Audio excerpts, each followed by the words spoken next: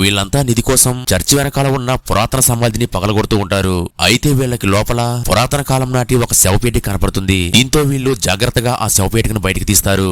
అంతలోనే ఆ శవపేటికలో ఉన్న కుళ్ళిన శవం బయటపడిపోతుంది. అయితే వీళ్ళకి లోపలికి వెళ్లడానికి ఒక సొరంగ మార్గం కనపడుతుంది. దీంతో వీళ్ళంతా జాగ్రత్తగా ఆ సొరంగ మార్గం ద్వారా లోపలికి వెళ్తారు.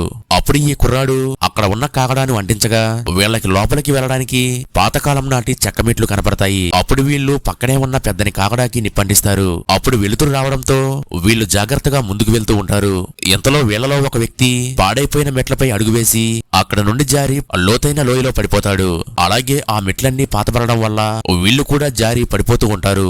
అప్పుడు వీళ్ళు అక్కడ నుండి తప్పించుకుని పక్కనే బలంగా ఉన్న లిఫ్ట్ పైకి ఎక్కుతారు. అలాగే వీళ్ళు ఆ లిఫ్ట్ సహాయంతో అక్కడ నుండి తప్పించుకుని ఒక పురాతన గదిలోకి వస్తారు.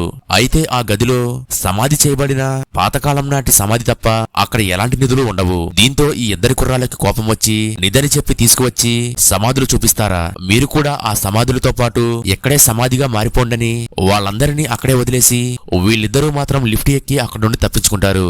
అప్పుడు ఈ వ్యక్తి ఆ గదిలో ఉన్న ఒక పాతబడిన బటన్ నొక్కగానే వీళ్ళ ఎదురుగా ఉన్న ద్వారం ఓపెన్ అవుతుంది.